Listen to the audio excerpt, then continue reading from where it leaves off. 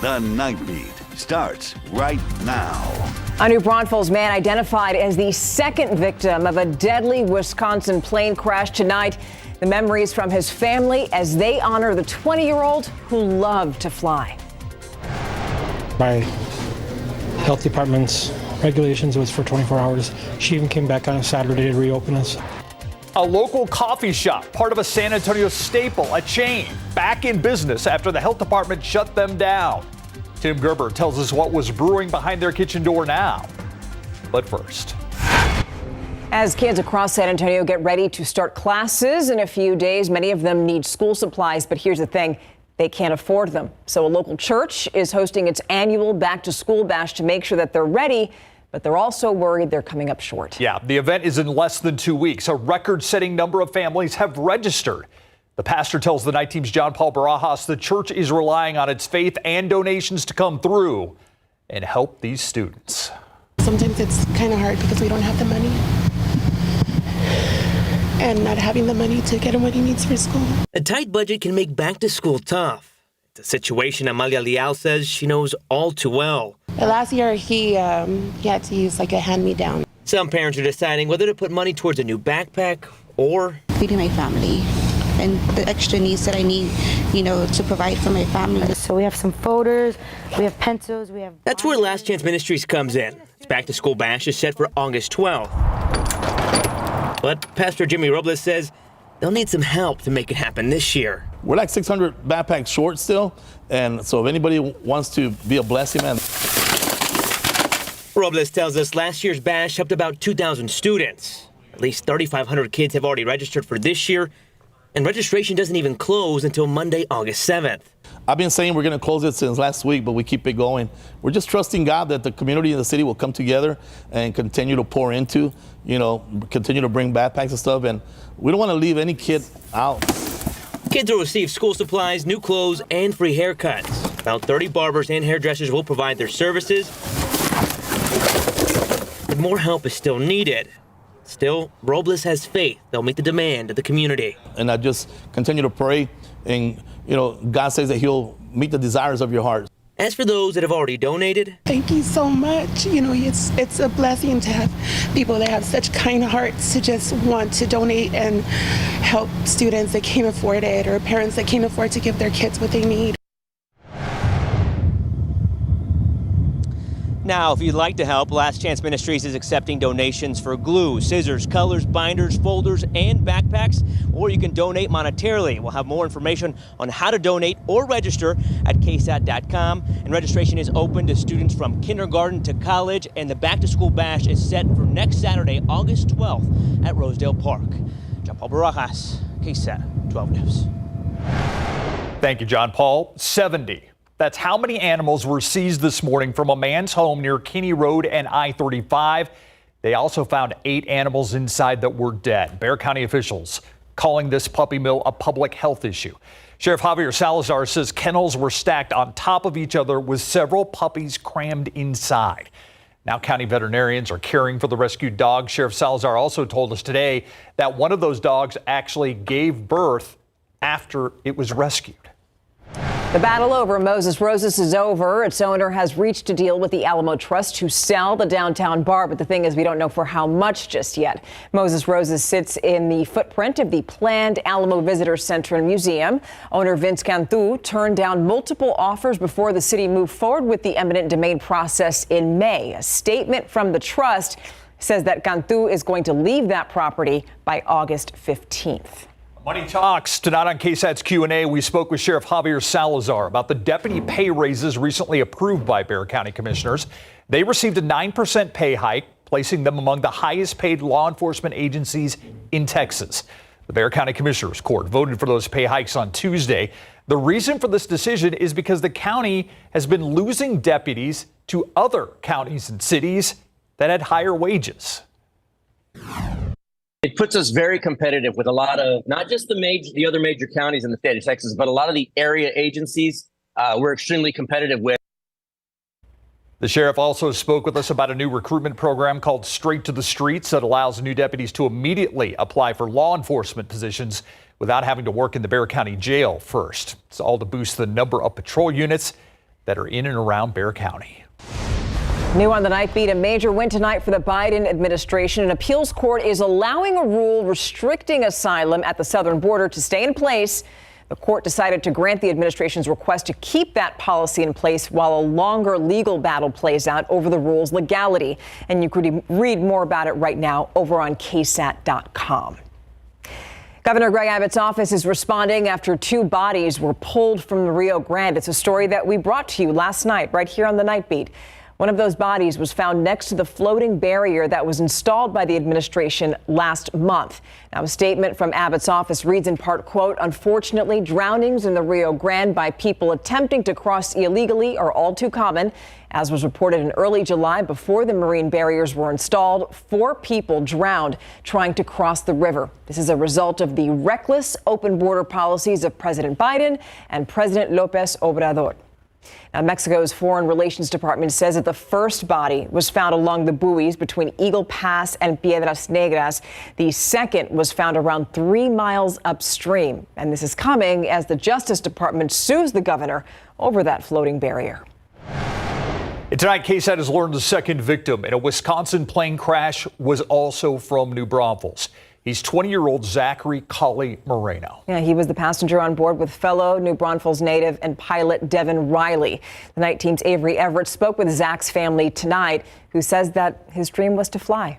He knew everything about every aircraft. In just 20 years of life, the family of Zachary Colley Moreno says he accomplished a lot. Anything that he was interested in, he learned everything about it. His family remembering his big smile and even bigger ambitions. The most kind-hearted, most sweetest, most loving kid you can imagine. Colley Moreno died in a plane crash Saturday morning in Wisconsin, just one of 2 people on board. He was visiting for an air show, something for which his stepdad, Brandon Greenberg, says he saved money to go. Oshkosh really was a big deal. You know, he talked about it for the last few years. It was his first time at Oshkosh. Greenberg says his stepson did not yet have a pilot's license, but he was already working as an aircraft mechanic. These pilots and the commemorative Air Force, these really were Zachary's heroes. As a man of many passions, family says Zach was one of a kind. He was the kind of kid that was infectious. Anybody who was around him, they wanted to hear his stories. You know, he loved everybody he met.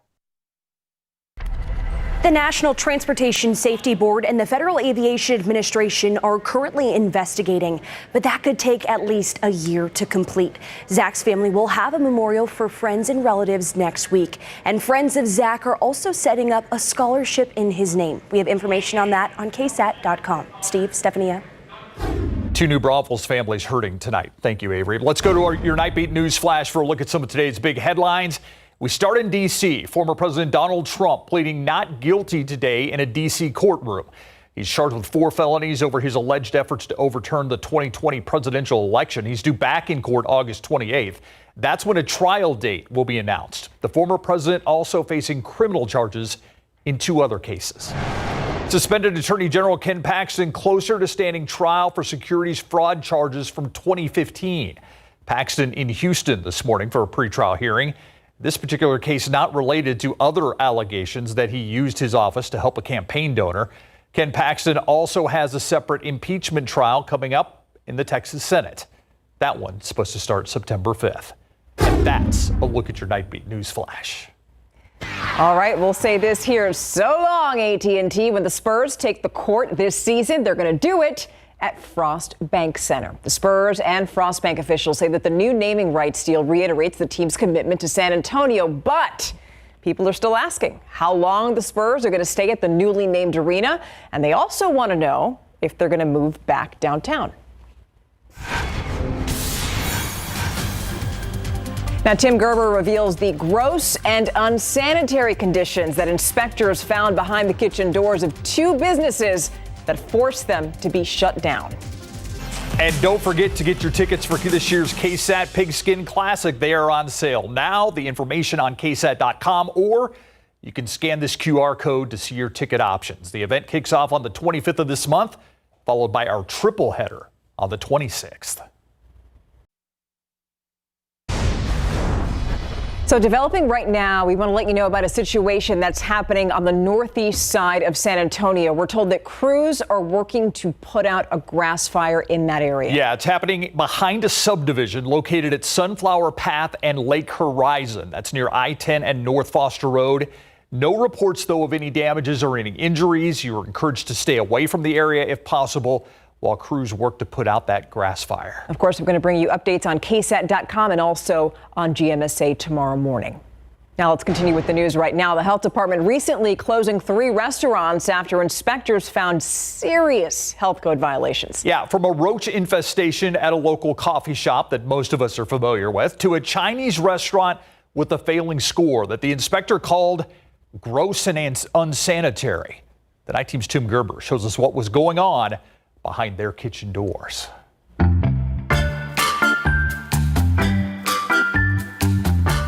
Beijing Express, located in the 2900 block of Nogalitos, got a failing score of 60 and was shut down by the health inspector due to gross and insanitary conditions. Tongs that were being used in the kitchen were found hanging from a trash can. When the inspector asked for them to be washed, a worker placed the tongs on the food prep table for continued use. Other utensils were found stuffed in crevices with heavy grease buildup. Employees were not properly washing their hands and touching food with their bare hands. Something was leaking from the vent in a cooler, dripping into tubs stored on top of food. The entire place needed a thorough, deep cleaning. This week, we found the business was still closed. A sign on the door stated it was undergoing a remodel. The worker on site said the owner plans to reopen when repairs are complete. Jim's Coffee Shop, located in the 4100 block of Broadway, earned a 77 and got shut down on June 16th due to a roach infestation. Several live crawling insects were observed during the inspection and plenty of dead roaches, too. They had to toss out vegetables that were too warm. A worker was seen handling their phone, then touching ready-to-eat food without changing gloves or washing hands, while another worker touched food with bare hands. The business's license suspended until they did a thorough cleaning and hired pest control services. Hi, you the manager? I know who you are. Hi, Tim Gerber. Hey, Tim. Can I talk? Manager Donovan Setterland immediately knew why I was there. He says they were shut down for about 24 hours to do the deep cleaning and get pest control started. It's an ongoing deal. I mean, we've worked with our cleaning processes here. We've worked with the people at the pest control, and I mean, we're good. They came back like the day after that because we did a deep clean and got everything back up and going again. Roy's Pronto Taco Hut in the 200 block of Old Highway 90 was packed with cars this week following a temporary shutdown last month. The business was forced to close until it could repair their hot water. In addition to that critical violation, the inspector also found food in the cooler that was temping too warm. They also couldn't properly clean dishes without that hot water. Their license was restored when the hot water was fixed. The inspector gave them a score of 84. From behind the kitchen door, Tim Gerber, KSAT 12 News. Now we're going to take things outside and give you a live look here at our camera right near the airport. And, you know, it's interesting, just north of that area, there was an interesting sight in the skies. Yeah, and it's something we see across many parts of Texas. We just don't often get them necessarily in San Antonio, and we don't usually see them if they do happen because there isn't the available dust and dirt to pick up. We had a dust devil here captured by one of our wonderful KSAT viewers and posted to KSAT Connect through the Weather Authority app. And you look off into this is 1604 in Wiseman, by the way, and that's an area of construction providing a lot of that dust and dirt that gets lofted up in the air by that dust devil. Now, typically these are very harmless. They can blow some sand in your eyes, yes, for sure, and maybe a small child could be knocked over, but that's, very briefly, but that's about it. Otherwise, they don't cause any damage. Dust devils form. The daytime heating from the sun beats down on the ground, heats the ground, radiates that heat upward. That radiation upward creates some rising air, and a little small localized, hyper-local, low-pressure system develops with that rising air. Well, air needs to come in and replace that rising air, so it rushes in from the sides and it gets that circulation, which increases, and then it starts to loft that dust and dirt up into the air, and in turn, you see that dust devil. Typically around here, if we see them, it's about 10 seconds or so. That's about it. You may see one off in the distance for 10 seconds. West Texas, I've seen half a dozen of them at a time, and they last sometimes for a minute or so. They can last a while. But eventually the cooler air fills in and it breaks apart that circulation. Actually, I did see one myself along 1604 in Blanco just yesterday afternoon. With all that construction and the heat that we have, you're able to see that little vortex periodically. So that's what it is, dust devil. Won't surprise me if we see more in the days and weeks ahead. 101 today, the average 97, the record 103. High temperatures today across the state, 105 Dallas. You get into Oklahoma City, 103, 104 in Shreveport. I point out those locations. That's where we had the heat high basically pressing down. And remember, that Shreveport, that is a humid 104. Think back to our June with that high humidity and triple-digit temperatures. We can relate. Luckily, our afternoon humidity drops. That keeps that heat index in check. But going forward, we'll be 104 to 105 for high temperatures. 5 of the next 7 days, including tomorrow, we're likely to tie or even break the record high temperature. Obviously, we've been sunny and dry. That trend's going to continue. The newest drought monitor is in. It's updated every Thursday. And the worst drought in all of Texas remains here. Texas Hill Country, and even creeping into Bexar County and San Antonio, the extreme and exceptional drought. Compare this to 6 weeks ago, and you can see how the drought has worsened. I'm going to step off so you can see this. We're going to do this again. What you're looking at is 6 weeks ago after our spring rain. Now you see how the drought is increasing and it's becoming more widespread. Just about half of Texas considered in drought. As for the rainfall potential over the next 7 days, the heat high is going to be elongated from the desert southwest through Texas. In turn, the rain largely deflected away from us and out of our area, and we're looking dry. Tomorrow, it's more of the same, a lot of sunshine. 79 in the morning, 93 at noon, 104 the high. That would be a new record by 1 degree. Bulverde 99, Comfort 102, Divine, Poteet, Pleasanton 105. And this sunny, hot stretch continues for now. Adam, thank you. All right, so the Cowboys have 3 receivers that they think are going to be pretty good if they stay healthy. If they stay healthy. And Michael Gallup is feeling really good as he comes back from that ACL injury 2 seasons ago. And he says DB's matching up against CD, himself, and Cooks. Oh, that's just a scary thought. Plus, Texans wide receiver John Mechie III says he is blessed to be back playing football. Coming up. Football coverage brought to you by Davis Law Firm. Dallas Cowboys wide receiver Michael Gallup says he's 100% mentally, which is bad for other teams. He tore his ACL late in the 2021 season. He made it back last season, and he played in 14 games. So says he wasn't mentally all the way there. Now he says he is, and he's excited to see how DBs will try to cover himself, CeeDee Lamb and Brandon Cooks, the boys' top 3 receivers. That's going to be tough for them. I'm ready to see what they're going to do. That's going to be tough, though. You put 2 folks over Cooks or CD, somebody getting open, somebody getting the ball. Then you got TP coming out the back. Oh, my gosh. It's ridiculous. Man, those guys are about to eat. Cowboys cornerback Trayvon Diggs is back in team drills, and today he picked off Dak Prescott. Diggs, who's dealing with the bruised toes, says he feels good and that he's almost 100%. So the feel-good story coming out of the Houston Texans training camp is wide receiver John Mechie III. He missed all of his rookie season after he was diagnosed with leukemia. He wasn't sure if he'd play again, but he's back in camp and feeling good. He was asked about the moment he was told that he was medically cleared to play. Just gratitude. I think that's pretty much what the whole moment was like, just gratitude. I was really grateful that day that I was just able to come out here and start playing the game I love again, worry-free, just able to play ball, not have to worry about much, but just playing ball. So I was really grateful that day. Mechie added that he feels 110%. San Antonio FC is preparing to hit the road for a 2-game stretch beginning in Phoenix. And Luke, who's back with the team, Santiago Patino, who led SAFC to its first championship title last season. That's a big-time thumbs up. He agrees. KSAT 12 Sports' Mary Rominger has more.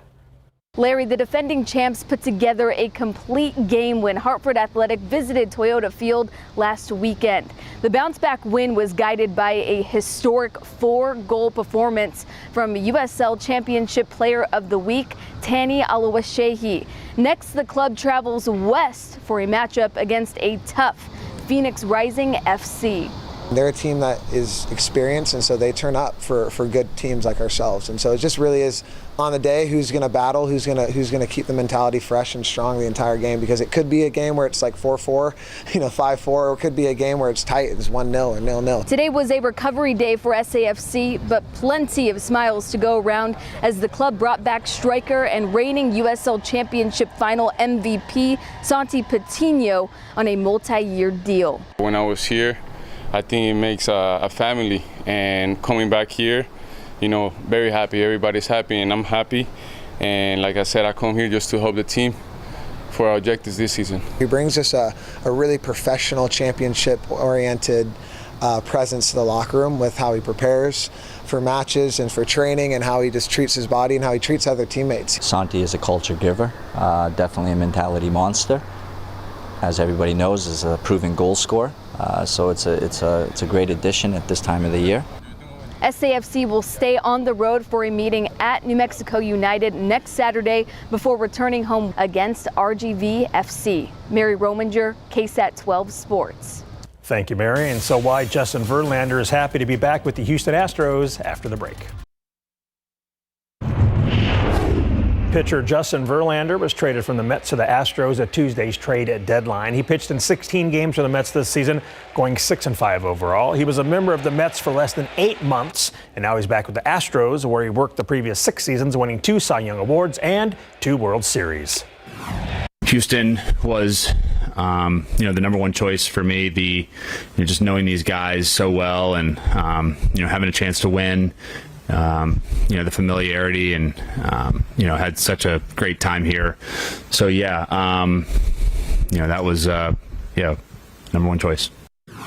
Astros at the Yankees for the start of a 4-game series. Top of the 6th, Astros down 3-2 when lefty Kyle Tucker hits a home run off a left-handed pitcher, tying this game at 3-all. Tucker is one of the best hitters in the AL versus lefties with a .346 average. Bottom 6, Yankees rookie shortstop Anthony Volpe hits an RBI single for the final run of the game, and the Yankees win it 4-3. Pitcher Max Scherzer won his Texas Rangers debut today against the Chicago White Sox. Max went 6 innings, allowing 3 hits, 3 runs, all earned, but 2 walks and 9 Ks. The White Sox led 3-0 before the Rangers got going. Bottom 4, Marcus Semien hits a solo job to left, making it 4-3 Rangers, and they take it 5-3, sweeping the 3-game series. And the Missions beat the Travelers tonight 8-4 for their 4th straight win. Go Missions. Go Missions.